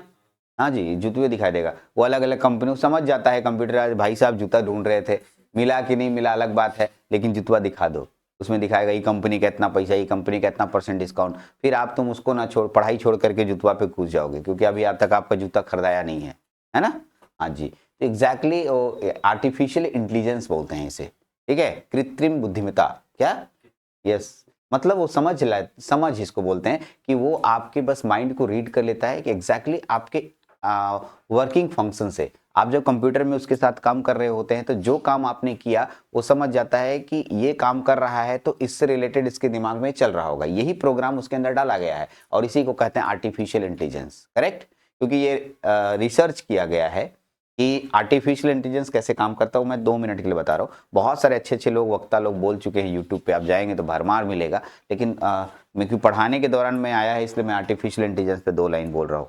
आर्टिफिशियल इंटेलिजेंस कुछ है नहीं, एक आदमियों का रिसर्च है कि आदमी लोग वर्क कैसे करते हैं और आदमी लोग काम मतलब सोचते कैसे हैं। क्या तार हिल रहा है तो हमको लगा हिल कैसे रहा है, खैर छोड़ इधर देखो अब, ठीक है। तो सोचते कैसे हैं, तो एग्जैक्टली उन लोगों के बातों को कलेक्ट किया गया। एक आदमी जूता के बारे में सोच रहा है तो कैसा क्या सोचता है, ठीक है, और कितने दिनों में वो अपना रिसर्च कंप्लीट करता है, सर्च कंप्लीट करता है, जूता खरीद लेता है, ठीक है। तो वो इस तरह की बातों को सोचता है, वो किस तरह के जूते सर्च कर रहा है, ठीक है, तो जूते का कैटेगरी क्या है। तो उस तरह से समझने के बाद आर्टिफिशियल उसको एक बनाया गया प्रोग्राम कि आदमी जूता सर्च करता है और देखा गया प्राइस रेंज, देखा गया डिस्काउंट मोड, देखा गया किस तरह का जूता सेलेक्ट कर रहा है। तो उस तरह से उसने एक लिस्ट बनाया, ठीक है, और लिस्ट ठीक है को आदमी ने प्रोग्राम में कन्वर्ट कर दिया और उस प्रोग्राम को डाल दिया कंप्यूटर के पास। क्या मतलब भाई, आज के बाद तेरे इस लैपटॉप में कोई भी आदमी, ठीक है, जूता सर्च करता है इंटरनेट के थ्रू, ठीक है, तो उसमें कैटेगरी बना दिया गया, लेडी जूता सेलेक्ट कर रहा है कि जेंट्स, अगर लेडीज तो भाई जेंट्स वाला को कट करो, हटाओ, लेडीज वाले की तरफ लो। कितना डिस्काउंट देखो, जो क्लिक किया था डिस्काउंट मोड में किया था कि कितना रुपया के रेंज में किया था, 2000 से 3000 का जूता देख रहा था, तो 2000 से 3000 की जूता कौन कौन कंपनियां बनाती है सबको निकालेगा और आपके सामने एक एक करके देते जाएगा, फ्लैश करते जाएगा अलग अलग कंपनियां। अरे हाँ जी, ये भी सारी कोडिंग का खेल है। कौन सी कंपनी का मैसेज फ्लैश होगा, लड़ाई झगड़ा का बात है, वो कंपनी बोलेगी मेरा करो वो करे, तो यहाँ अलग अलग कंपनियां अपना कोडिंग करती हैं, कोडिंग, हाँ कोडिंग कि मेरा मैसेज फ्लैश होना चाहिए, उससे पहले फ्लैश होना चाहिए। अरे हाँ जी, ठीक। जैसे एक पॉलिटेक्निक का बच्चा अभी एडमिशन लेने आया, सब कोचिंग वाला पॉलिटेक्निक का बच्चा कूद जाता, पॉलिटेक्निक का कोचिंग वाला कूद जाता है हमारे पास कोचिंग में एडमिशन ले, एकदम ऐसा ही होता है ना, ठीक है। और अपना अपना रिझाने की दुनिया में अपना अपना काम करता है, कोई पोस्टर लेके जाता है, कोई कैलेंडर लेके जाता है, कोई डिजिटल मार्केटिंग करता है, कोई कुछ तो कोई कुछ। एग्जैक्टली यही चीज़ें आर्टिफिशियल इंटेलिजेंस में प्रोग्राम बना के डाल दी गई है और इसी को हम लोग कृत्रिम बुद्धिमत्ता बोलते हैं। हम लोग को लगता है अरे इसको कैसे पता चल गया कि जूता हमको खरीदना था। एग्जैक्टली हम भी ऐसे ही सोचते थे पहले, इसको पता कैसे चल रहा है कि हमको बेल्ट खरीदना है, हमको जूता खरीदना है, हमको पर्स खरीदना है, ठीक है, हम तो बताए नहीं है इसको, ठीक है। तो ये एग्जैक्टली ऐसे ही काम करता है, इसी को कहते हैं आर्टिफिशियल इंटेलिजेंस, ठीक है, जो आपके सोच को समझ लेता है और उसके अनुसार से आगे 2 कदम काम करवाता है और आपको ऐसा फील होता है कि नहीं ये बहुत बुद्धिमान है, ठीक है। एग्जैक्टली ऐसा कुछ है नहीं, और सिर्फ मतलब एक सॉफ्टवेयर है बस और कुछ भी नहीं, ठीक। लोग कह रहे हैं कि जान ले लेगा, ऐसा कुछ नहीं है। लोग कह रहे हैं कि नहीं ये सबकी, हाँ नौकरियां जरूर खा लेगा कुछ लोगों की, ठीक है, नौकरी तो खाना ही खाना है क्योंकि अकेले 1 मैन आर्मी के बराबर है, हाँ जी, ठीक है, 10 लोगों का काम अकेले करने के लिए, क्योंकि इसके पास इतना दिमाग है, इतना दिमाग है, हर तरह का दिमाग है। बस आपको एक आदमी ऐसा होना चाहिए जो उसको यूज करने वाला आना चाहिए। वो बोलेगा अकेले कर लेगा, नहीं करेगा, ठीक है, उसके लिए यूज करवाने वाला होना चाहिए, ठीक। हाँ लेकिन एक बात और लास्ट में बोल दें, इसके पास, मशीनों के पास फीलिंग्स नाम की चीज़ अभी तक नहीं आई है। जिस दिन आ जाएगी उस दिन तुमको ही नौकर बना देगा ना। जी हाँ जी, हाँ ठीक है, ये फीलिंग्स समझ गया होगा तुम, ठीक है। अभी तो बता रहे थे लवेरिया हो जाएगा, है ना, वो वाला प्यार वाला होने लग जाएगा। और फिल्म देखा ही होगा रोबोट में, रजनीकांत को ऐश्वर्या राय से प्यार हो गया था, हाँ जी, तो वैसे ही होने लगेगा। फिर बाद में पता चलेगा आप नौकर हैं, वो मशीन है, एकदम बैठा है आराम से। तो ऐसा होगा नहीं, ऐसा संभव ही नहीं है, पॉसिबल नहीं है। चलते हैं अपने टॉपिक पे, हटिए उससे, हम लोग टॉपिक पे आते हैं, अपने टॉपिक पे इंटेल 80। अगर जिनको ये नहीं देखना है तो यहाँ से कट कीजिए, जल्दी से पास कर दीजिएगा, आगे बढ़ जाइएगा, इतना तो देख ही लिए होंगे, आगे बढ़िए, ठीक है। Okay, these micro controller have since become a standard industry, बता दिए, वाइडली यूज टुडे, आज भी बहुत ज्यादा यूज होता है। हाँ मैंने कुछ, सॉरी, मैंने जो है कुछ को हिंदी कर दिया है, अगर आपको जरूरत है तो पढ़िए, मैं जूनियर क्लासेस के लिए भी बनाया था नोट्स, इसीलिए मैंने हिंदी कर दिया है। आपको जरूरत नहीं है तो आप इसको इग्नोर कर सकते हैं और अंग्रेजी में आगे बढ़ सकते हैं, ठीक है। हियर सम स्टैंडर्ड की features of Intel MCS 51 family, कुछ की फीचर्स मैं आपके सामने रखने वाला हूं, कुछ की फीचर्स, ठीक है। की फीचर्स का मतलब शब्दों का ऐसा मतलब जाल, कुछ शब्द ऐसे हैं जो से हम लोग उसके बारे में समझ पाए, जैसे आर्किटेक्चर, ठीक, ऐसा शब्द आएगा। माइक्रो कंट्रोलर में मैं पढ़ाते समय आर्किटेक्चर शब्द का प्रयोग करूंगा, प्रोग्राम शब्द का प्रयोग करूंगा, ठीक है, इंस्ट्रक्शन शब्द का प्रयोग करूंगा। तो ये सब शब्द क्या होता है सर, ऐसे हम लोग माइक्रो प्रोसेसर पढ़े तो इन सब शब्दों से ज्ञात है, हम लोग को बढ़िया से जानते हैं अच्छे से, लेकिन हम फिर से एक बार जानते हैं कि आर्किटेक्चर है। आर्किटेक्चर मतलब बनावट, ठीक है। आर्किटेक्चर और ठीक है ड्राइंग में क्या अंतर है, तो बताएगा।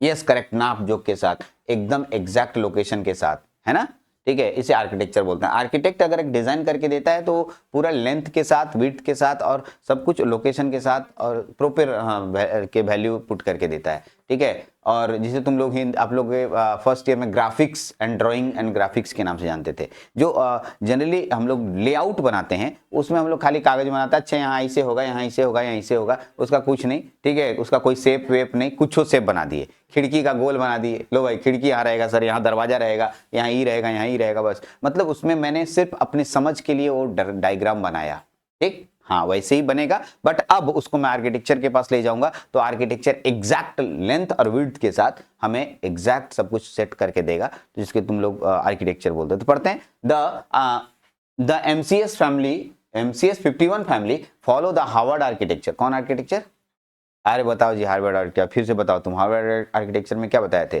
प्रोग्राम मेमोरी और डेटा मेमोरी अलग अलग होता है, which means that separate memory spaces program data code and. पहला तो आर्किटेक्चर का मतलब 8 बिट माइक्रो कंट्रोलर, ठीक है, ऑब्वियस सी बात है 851 फैमिली जो है 8 बिट माइक्रो कंट्रोलर है। कितना बिट? 8 बिट, ठीक है। आर्किटेक्चर कौन सा आर्किटेक्चर पे काम करता है? हार्वर्ड आर्किटेक्चर पे काम करता है। और ठीक है, कितना बिट माइक्रो कंट्रोलर है? देखिए यहाँ पर और आपको हिदायत दे रहा हूँ, शब्दों को पकड़ के चलिएगा, इससे ऑब्जेक्टिव क्वेश्चंस बनेगा। एक बार क्या हुआ, ठीक है, आया एग्जाम में क्वेश्चन कि माइक्रो कंट्रोलर कौन से आर्किटेक्चर पे काम करता है, तो लास्ट में मैंने ऑब्जेक्टिव देना है, आपको भी देंगे, मेरे पास ऑब्जेक्टिव का सीरीज बना हुआ है, लेकिन उसमें क्वेश्चन नहीं था। क्वेश्चन, हाँ, और ये क्वेश्चन आ गया तो लड़का बोला आप जितना ऑब्जेक्टिव दिए थे सर उसमें से वो क्वेश्चन था ही नहीं, ठीक है। तो मैं ऐसा नहीं बोल रहा हूँ, देखिए ऑब्जेक्टिव मैंने जितना हो सके उतना तो बना के देंगे, और उम्मीद है हर आदमी चाहता है कि उसी के अंदर से रहे, लेकिन ऐसा कोई जरूरी नहीं है। लेकिन आप पढ़ने के दौरान भी अपने से ऑब्जेक्टिव बनाने की कोशिश कीजिएगा। तो जैसे अभी क्वेश्चन आ गया 851 फैमिली किस आर्किटेक्चर पे वर्क करता है, तो कौन सा आर्किटेक्चर? हाँ, तो ये सब छोटी छोटी बातों को दिमाग में सेट कीजिएगा। हाँ, ये तो क्वेश्चन है ही, 8 बिट माइक्रो कंट्रोलर, कितना बिट? हाँ, ये 8051 फैमिली कितना बिट माइक्रो कंट्रोलर है? 8 बिट माइक्रो कंट्रोलर है। 8 बिट समझते हैं? नहीं समझते हैं तो मैं समझाने की कोशिश करता हूँ। ये बाइनरी डेटा को 8-8 बिट के गुच्छे में वर्क करता है, 8-8 बिट के। हाँ, इसको समझने के लिए मैंने बताया था, अगर आपको एक रोटी खाने के लिए दिया गया तो मुंह छोटा सा है, जितना बड़ा मुंह है उतना ही बड़ा कौर काटेंगे। हाँ जी, रोटी उतना ही बड़ा टुकड़ा काटेंगे और एक रोटी को 20 टुकड़े में तोड़ करके आप खाएंगे, करेक्ट। लेकिन अगर आपके पापा का मुंह बड़ा है तो आप उसका रोटी का टुकड़ा बड़ा बड़ा काटेंगे। हाँ जी, एग्जैक्टली ठीक है। तो यहाँ पर ये इसके पास जो है, इसका जो प्रोसेसर है वो 8-8 बिट का है। तो बोले जितना भी बाइनरी डेटा तुम दोगे उसमें से 8 बिट का गुच्छा काटेगा, ले आएगा, प्रोसेस करेगा, फिर 8 बिट का गुच्छा लेगा, फिर प्रोसेस करेगा, फिर आगे बढ़ाएगा, और ये कंप्लीट चलते रहेगा जब तक कि डेटा फिनिश्ड नहीं होता है। ठीक, आगे बढ़ते हैं। इंस्ट्रक्शन सेट, ठीक है, हम लोग पढ़ रहे हैं माइक्रो कंट्रोलर में यूज्ड हो रहे कुछ शब्दों के बारे में। ये शब्द आगे चल के फ्रीक्वेंटली यूज्ड होंगे।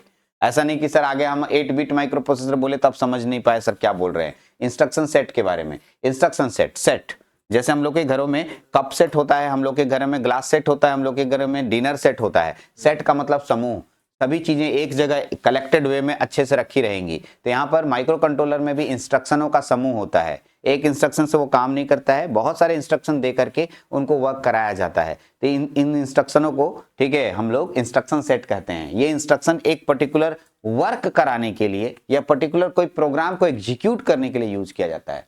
The MCS51 instruction set is a compact and optimized for the embedded system. It includes a wide range of instruction for performing arithmetic, logical and control operations. ठीक, उम्मीद है अंग्रेजी पढ़ लिए, हिंदी में भी पढ़ सकते हैं आराम से, इजी लैंग्वेज में है। ठीक है, मैंने पूरी कोशिश की है कि लैंग्वेज टफ ना हो, लेकिन फिर भी अगर आपको लगता है तो आप हिंदी पढ़ करके अंग्रेजी समझ सकते हैं। हाँ जी, ऑन चिप मेमोरी बहुत बार यूज करेंगे। ऑन चिप मेमोरी शब्द का प्रयोग, ऑन चिप मतलब एक चिप में सब, मतलब मेमोरी उसी के अंदर अटैच करना, ऑन चिप मेमोरी। ठीक है, एक होता आउट चिप मेमोरी का मतलब भाई मेरे पास चिप है, मेमोरी बाहर से जोड़ेंगे। ठीक है, जैसे अभी मेरे पास ये पेन ड्राइव है, मेरे लैपटॉप में मेमोरी नहीं है, तो मैं आउट चिप पेन मतलब मेमोरी इसके साथ अटैच कर रहा हूँ, ये बाहर का मेमोरी है। अरे हाँ जी, जैसे हमारे इस कीबोर्ड में मेमोरी बहुत कम है तो मैं यहाँ पेन ड्राइव डालूंगा तो बाहर एक्सटर्नल मेमोरी डाल रहा हूँ, आउट चिप मेमोरी नहीं, इसके अंदर पहले से मेमोरी मौजूद है तो उसको बोलेंगे ऑन चिप मेमोरी। अरे हाँ जी, ओके, हाँ जी, आगे बढ़ते हैं। आईओ पोर्ट्स, बहुत बार आईओ पोर्ट्स का प्रयोग करेंगे। आईओ पोर्ट्स माइक्रो कंट्रोलर में इनपुट आउटपुट पोर्ट्स के बारे में बताएगा। आई मतलब इनपुट होता है, ओ मतलब आउटपुट होता है। इनपुट आउटपुट पोर्ट्स का मतलब पोर्ट्स मतलब रास्ता, मैं इनपुट डिवाइसेस को जोड़ने के लिए वो एक पिन बना रहेगा, उसमें खाली बल्ला के प्लग खोस देंगे, लो जी, ठीक है, और आउटपुट में भी एक प्लग खोस देंगे। तो इनपुट आउटपुट पोर्ट्स उसमें पहले से बने होंगे। ठीक है, इसमें पहले से ढेर सारे इनपुट आउटपुट पोर्ट्स होंगे जिससे हम इनपुट आउटपुट डिवाइसेस को कनेक्ट कर सकते हैं। टाइमर एंड काउंटर्स, ठीक है, माइक्रो कंट्रोलर के अंदर टाइमर काउंटर नेसेसरी थिंग्स है, इसके बिना काम नहीं करेगा वो, क्योंकि माइक्रो कंट्रोलर कितना इंस्ट्रक्शन यूज किया, कितना प्रोग्राम यूज किया, कितनी देर लगाया, इन सभी की जानकारी रखता है। क्योंकि जैसे ही मैंने आपको बताया था कि माइक्रो कंट्रोलर का use washing machine, MP3 players जैसे डिवाइसेस में होता है। यहाँ पर काउंटिंग्स की ढेर सारी काम होते हैं। हाँ जी, जैसे तुम MP3 प्लेयर चला रहे हो, कितना सेकंड गाना चला, हाँ जी, कितना देर से चल रहा है, कितना गाना हो चुका है, इन सभी की जानकारी उस MP3 प्लेयर्स के डिस्प्ले में दिखाई देती है। तो ये सारा काम काउंटर्स एंड टाइमर्स कर रहा होगा और वही इंफॉर्मेशन डिस्प्ले को दे रहा होगा। तो डिस्प्ले में सब चीज तुमको दिखाई दे रहा है। ठीक है, तुमको लग रहा है कि जरूर कोई अंदर भूत होगा जो को गिन रहा होगा और हमारे डिस्प्ले में दे रहा होगा, ऐसा कुछ नहीं है। टाइमर और काउंटर्स नाम का प्रोग्राम करके माइक्रो कंट्रोलर के अंदर डाला हुआ है, वही ये सारा काम कर रहा है। आगे बढ़ते हैं हम लोग, चलिए बढ़े आगे। ओके ठीक है, सीरियल कम्युनिकेशन ये भी जानते हैं बहुत अच्छे से, आप पीछे भी पढ़ चुके हैं फिर भी जानते हैं, तो मैं बता दूं माइक्रो कंट्रोलर में सीरियल कम्युनिकेशन बहुत ही इंपॉर्टेंट चीज है। सीरियल कम्युनिकेशन का मतलब होता है 1 बाय 1 कम्युनिकेशन करना और डेटा सीरियली ले जाना, लाइन से कतार से ले जाना। करेक्ट, इसके एग्जाम्पल बहुत बार दे चुका हूँ, लड्डू खाने वाला, ठीक है, हाँ जी आप लड्डू, आप पास हो गए, नौकरी हो गई, आप लड्डू लेके आए, भारती सर को लड्डू, हम बोले पैकेट में दे दो, तो ना सर हम एक को लड्डू खिलाएंगे, हाँ जी एगो पहले खाइए फिर एगो देते हैं, फिर एगो खाइए फिर एगो देते हैं, एग्जैक्टली 1 बाय 1 आपको डेटा को देना, इसे हम लोग सीरियल बोलते हैं। ठीक है, तो सीरियल कम्युनिकेशन पे वर्क करता है। ठीक, और हाँ इसमें सीरियल कम्युनिकेशन में यूज करेंगे बहुत सारे शब्दों का, अर्ट पहले भी यूज हो चुका है, अर्ट का फुल फॉर्म होता है यूनिवर्सल सिंक्रोनस एसिंक्रोनस, ठीक है, यूनिवर्सल एसिंक्रोनस रिसीवर। ठीक है, यूसाट जब हम लोग पढ़ेंगे तब उसमें ऐसा होता है, यूसाट भी मैं आपके सामने रख रहा हूं ताकि कभी ना कभी कोई ना कोई शब्द सब ये बोले तो आप वहां पर ना बे एकदम आवाज के साथ बोलेंगे USART, तो देखो इसमें एस आ गया, तो देखो universal synchronous asynchronous receiver transmitter, और इसका मतलब एस नहीं है तो सिंक्रोनस हटाओ, universal asynchronous receiver transmitter. Yes sir, yes sir, ठीक है। आइए SPI सीरियल पेरिफेरल इंटरफेस, यदि आप मेरे से ऑर्डिनो पढ़ते हैं, ठीक है, अगर पढ़ने का मन है तो मैं SPI के बारे में बहुत अच्छा बताऊंगा। ठीक है, SPI सीरियल पेरिफेरल इंटरफेस मतलब बाहर के डिवाइसेस से सीरियली डेटा इंटर कराने के लिए एक पोर्ट बनाया जाएगा SPI। ऑर्डिनो में मैं पढ़ाया हूँ, SPI बहुत अच्छा पोर्ट होता है, SPI एक पोर्ट है। ठीक है, तो ऑर्डिनो पढ़ने का मौका कभी मिलता है, पढ़ना चाहते हैं तो मेरा ले सकते हैं लेक्चर, ठीक है, पैसा देकर। हाँ जी, तो बिना पैसा कैसे देंगे बताओ। हाँ जी, चलिए, तो सीरियल पेरिफेरल इंटरफेस SPI होता है। खैर इसका यूज अभी हमें यहाँ नहीं देखने को मिलेगा, अर्ट मिलेगा, allowing for the easy communication with other devices. चलिए नेक्स्ट आगे बढ़ते हैं, एक और टॉपिक है इंटरप्ट, इसके बारे में भी पढ़ चुके हैं हम लोग 80-85 में, है ना जी, इंटरप्ट। ठीक, इंटरप्ट क्या होता है, तो मैंने आपको बताया था कि माइक्रो कंट्रोलर या माइक्रो प्रोसेसर के अंदर करंट रनिंग प्रोग्राम को शॉर्ट ड्यूरेशन के लिए को रोकने के लिए हम लोग एक सॉफ्टवेयर या एक प्रोग्राम का यूज करते हैं, इसको हम लोग क्या नाम देते हैं, इंटरप्ट। ठीक, हाँ देखिए क्या लिख रहा है, microcontroller have interrupt capabilities allowing them to respond external events, मतलब बाहर के कुछ इवेंट को अभी हम लोग पढ़ा रहे हैं, हम लोग बाहरी दुनिया से मतलब नहीं है, लेकिन उधर से भैया आएगा बोलेगा ठीक है सर 2 मिनट खिलाइए ना, वो that's the external event, that is external event. देखिए आ गए एक्सटर्नल इवेंट। तो ये आप देखिए इंटरप्ट में अच्छे से पढ़ लीजिए, हिंदी भी देख के पढ़ सकते हैं, इंटरप्ट में बहुत बड़ी इश्यूज नहीं है, आप कर सकते हैं खुद से। चलिए पावर मैनेजमेंट मतलब, ठीक है, ये भी वर्ड आएगा पावर मैनेजमेंट माइक्रो कंट्रोलर में। पावर मैनेजमेंट का मतलब होता है, ठीक है, कि वो किस तरीके से मैनेज कर रहा है पावर को। ठीक है, जब मान लिए कि कभी यूज नहीं करे, जैसे हम लोग कहीं मोबाइल देखना पावर मैनेजमेंट सिस्टम पे है, अभी हम लोग चला रहे अचानक उधर कोई काम आ गया, रख दिए, ठीक, तो स्क्रीन ऑन है, लेकिन हम जब 2 मिनट उधर रह गए तो समझ जाता है कि हमारा मालिक अभी मेरे पास नहीं है, तो स्क्रीन वहाँ ऑफ कर दो। हाँ जी, तो पावर मैनेजमेंट सिस्टम पे ले आता है, मतलब बंद कर देता है, फिर आइएगा तो फिर ऑन कर लीजिएगा, उतना देर काहे के लिए आपका पावर खर्चा होगा। तो ये पावर मैनेजमेंट सिस्टम कहते हैं इसको, क्योंकि हर माइक्रो कंट्रोलर में डाला हुआ है, और हम लोग आगे चल के इसके बारे में पीकॉन के नाम से पढ़ेंगे, आगे मिलेगा। Development tools, a wide range of development tools such as assemblers, compilers, debuggers and emulators are available। इन चारों शब्दों को आपसे मैं निवेदन करूंगा, एक बार ठीक है गूगल में जाते हैं, जो फालतू सर्च करते हैं इन सब शब्दों को सर्च किया कीजिए, बहुत बार आपको मिलेगा। इमुलेटर्स, डिबगर्स, कंपाइलर्स, ये सब सेकेंडरी सॉफ्टवेयर होते हैं जो कि किसी भी मेन प्रोग्राम में कुछ हमें गलतियां ढूंढना है, गलती डालना है, ढूंढना नहीं सिर्फ डाला भी जाता है, मालूम है, वायरस बोलते हैं इसको। ठीक है, वायरस का मतलब आप लोग सोचते होंगे कि वो उड़ते उड़ते उड़ता होगा, हमको सर्दी ला देता है, जुकाम ला देता है। वायरस भी एक प्रकार का सॉफ्टवेयर ही है जो कि दूसरे सॉफ्टवेयर को जाके क्रैश कर देता है, हाँ जी, उस सॉफ्टवेयर को बर्बाद कर देता है, ये वायरस कहलाता है। पहले हम वायरस मतलब समझते थे कि जरूर इसमें कीड़ा मकोड़ा होता होगा, हाँ जी, आप भी ऐसे ही सोचते थे, आप लोग ऐसे सोचते थे, तो आज समझ लीजिए कि वायरस जो हम लोग वर्ड यूज करते हैं वो भी एक प्रकार का प्रोग्राम ही है, लेकिन वो प्रोग्राम दूसरे प्रोग्राम में जाने के बाद भाई हम तो सनम डूबेंगे ही, तुमको भी ले डूबेंगे। हाँ जी, ऐसा सुने हो कभी? हाँ जी, एग्जैक्टली, वायरस उसी काम के लिए बनाया ही गया है। ठीक है, ओके, वो जाता है दूसरे प्रोग्राम को क्रैश करता है और आपका पूरा सिस्टम, ठीक है, मिसबिहेव करने लगता है। ठीक है, ओके, मिर्गी आने लगता है उसको, हाँ जी, हाँ, उसके बाद फिर डेड हो जाता है। ठीक, तो उसको ठीक करने के लिए फिर वायरस हटाते हैं। तो ये यहाँ पर जो है डालने के लिए इमुलेटर्स, ठीक है, यही इमुलेटर्स डाल के आजकल बच्चा लोग जो है दूसरे दूसरे का वीडियो जो है निकाल लेता है, अपना मतलब यूज कर लेता है। जैसे तुम लोग जाओगे तो एक डाउनलोडर है 1DM, ठीक है, अरे IDM यार, इंटरनेट डाउनलोड मैनेजर, ठीक है, यूट्यूब का वीडियो डाउनलोड सीधा नहीं होता है, तो तुम साइड के एक सॉफ्टवेयर को लेते हो और डाउनलोड कर लेते हो। यूट्यूब का वीडियो कहाँ डाउनलोड होता है?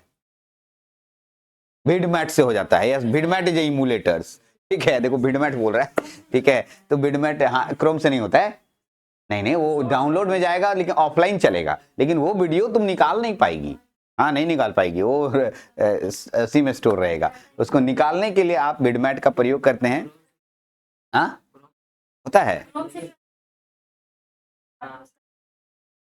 अच्छा, हमको इस बार तो पता ना, हम भी तो सीख लेंगे, होता है मे भी, लेकिन डायरेक्टली अभी तक नहीं है, तो हमें इस तरह के इमुलेटर्स का प्रयोग करना पड़ता है। तो ये सारी चीजें, डिबगर्स, कंपाइलर्स, ठीक है, कंपाइलर्स, असेंबल्स, असेंबल जो होता है असेंबली लेवल लैंग्वेज को मशीन लेवल लैंग्वेज में बदलता है, कंपाइलर्स जो होता है हाई लेवल लैंग्वेज को मशीन लेवल लैंग्वेज में कन्वर्ट करता है। तो ये सब चीजें सॉफ्टवेयर है, क्या है? सॉफ्टवेयर हैं। ये चीजें यूज की जाएंगी माइक्रो कंट्रोलर के अंदर आगे पढ़ने के समय में, ठीक है। Okay, it is nothing that the microcontroller 51 family have evolved over the years, बहुत दिनों से चल रहा है, and there are many variants, इसके अलग अलग रूप हैं, derivatives available from the different manufacturer, अलग अलग कंपनियों के द्वारा भी बनाए गए हैं, each within the one specific features and enhancement, मतलब उस कंपनियों के द्वारा कुछ बदलाव करके, अपना बदलाव करके उनको नए नए रूप में प्रदर्शित करते रहते हैं, ऐसा, ठीक है। अगर आप अंग्रेजी समझे नहीं तो हिंदी में पढ़ सकते हैं। ध्यान देने योग्य बात है कि MCS 51 परिवार पिछले कुछ वर्षों में विकसित हुआ है और विभिन्न निर्माताओं से इसके कई वेरिएंट्स और डेरिवेटिव्स उपलब्ध हैं, जिनसे प्रत्येक की अपनी विशिष्ट विशेषताएं और संवर्धन है। अब हिंदी एग्जैक्ट हिंदी है, गूगल का हिंदी है, तो आप हिंदी समझे तो बहुत अच्छी बात है, नहीं तो अंग्रेजी से ठीक है। एक लड़का बोला अंग्रेजी ठीक है सर, ठीक है, एग्जैक्टली ऐसा बात आएगा आगे चल के, क्योंकि हिंदी एकदम प्योर हिंदी होता है। इंग्लिश पढ़ेंगे तो हमें ज्यादा क्लियर और होगा, ठीक है। आइए, अगला टॉपिक है basics of micro controller, history, structure and application, और यहीं से माइक्रो कंट्रोलर की दुनिया आपकी शुरू होती है, ठीक है। बहुत अच्छे से चलेंगे इस पे, ठीक है। लेकिन आज के वीडियो में इतना ही रखेंगे, अगले क्लास में बहुत इंपॉर्टेंट क्लास है, इसके क्लास मिस नहीं होना चाहिए। आज का मिस हो भी गया, चलो ठीक है, हम पढ़ भी लेंगे, लेकिन अगला क्लास है जब पिन डायग्राम और आर्किटेक्चर पे आएंगे तो कोई उपाय नहीं है। इसलिए जो वीडियो देख रहे हैं वो भी कंटिन्यू देखें, और जो क्लास कर रहे हैं वो भी कंटिन्यू क्लास करें। चलिए, आज के वीडियोस इतने ही तक, आज का क्लास इतने ही तक। थैंक यू साथ देने के लिए, झेलने के लिए।